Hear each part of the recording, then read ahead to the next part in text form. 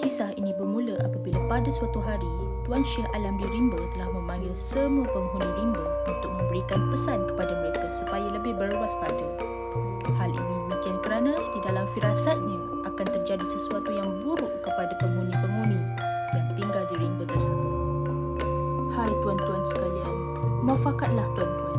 Jangan aniaya menganiaya antara suatu dengan yang lain. Dan jangan elak dan dengki. Dan janganlah berbuat fitnah kerana di dalam firasatku akan datang bala dan huru-hara menimpai tuan-tuan. Tuan Syekh Alam di Rimba telah bertitah jika terjadi sesuatu kepada mana-mana penghuni Rimba, perlulah berjumpa dengannya dalam kadar yang segera. Tuan Syekh Alam di Rimba juga bertitah kepada penghuni Rimba supaya mereka membawa makanan serta kayu seminggu sekali kepadanya sebagai tanda bersahabat. Jikalau ada sesuatu perkara berlaku atas tuan-tuan, hendaklah segera beritahu hamba. Dan lagi hendaklah tuan-tuan sekalian 7 hari sekali datang kepada hamba dan bawa buah-buahan yang baik dan taruh kayu yang mudah-mudah jadi tanda kita bersahabat, zahir dan batin. Janganlah tuan-tuan sekalian lupa akan pesanan hamba ini. Baiklah tuanku, mana titah tuanku patik sekalian junjung. Pada suatu hari, sang kijang sedang asyik bermain-main di tepi sungai sambil mencari mangsanya. Maka pergilah sang kijang itu ke tepi sungai. Sungai itu adalah sungai yang bernama Sungai Tinam. Sungai Tinam merupakan sepatang sungai yang cukup indah kepada mata-mata yang memandang. Air sungainya kelihatan seperti sangat dalam dan di dalam sungai tersebut juga terdapat banyak ikan yang sedang berenang-renang. Di sungai inilah tempat di mana para penghuni Rimba mendapatkan sumber makanan dan minuman mereka. Sang kijang segera beredar untuk memberitahu rakan-rakannya yang lain. Hai saudaraku sekalian, marilah kita pergi bermain di tepi sebatang sungai. Sangatlah ajaib sekali hamba melihat sungai itu. Terlalu cantik serta banyak ikan di dalamnya. Belumlah ada sesiapa yang telah sampai ke sungai itu. Kalau demikian, marilah kita pergi bermain-main ke Sungai Tinam itu dan mengambil ikan.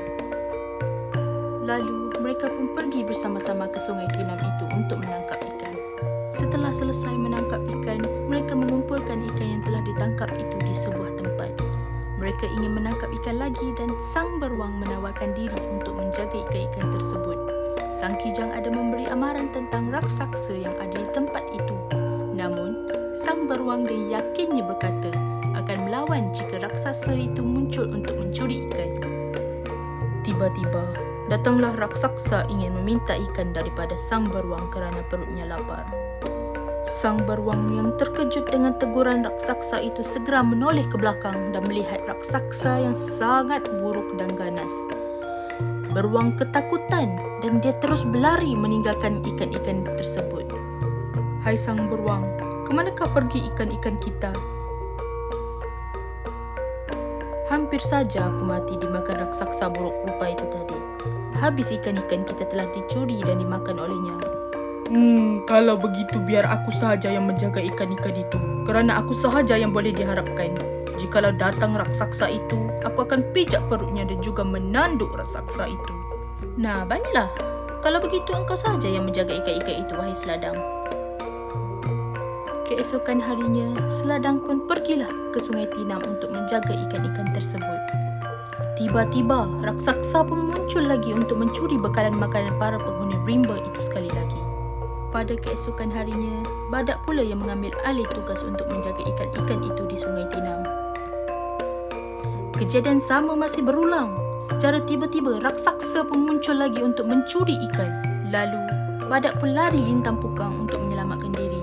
Disebabkan oleh rasa takut yang menguasai diri, badak lari dengan sekuat hati sehingga badannya dipenuhi luka-luka kerana tercakup onak dan duri.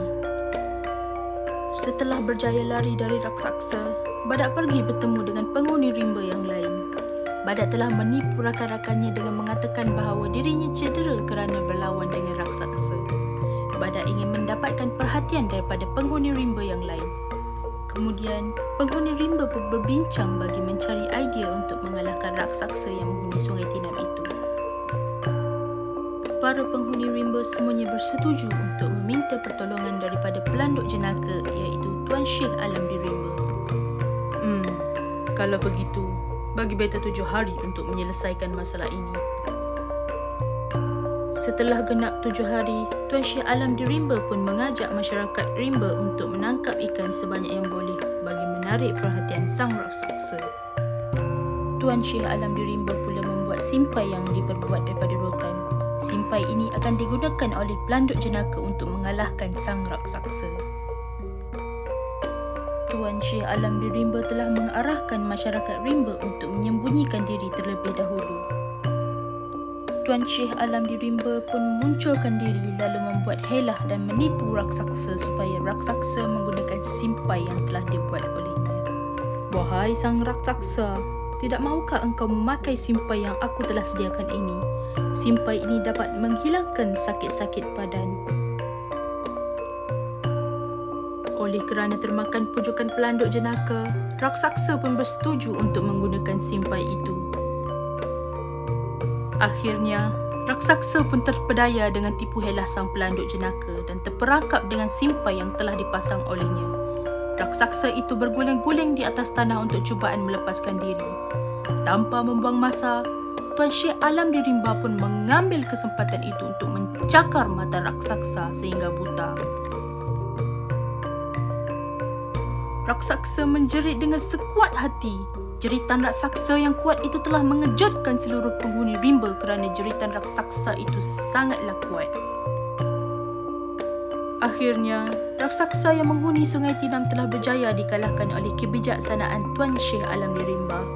Maka, penghuni Rimba dapat hidup dengan aman dan damai. Mereka juga dapat bermain-main di Sungai Tinam tanpa adanya gangguan daripada raksasa yang buruk rupa dan ganas itu lagi.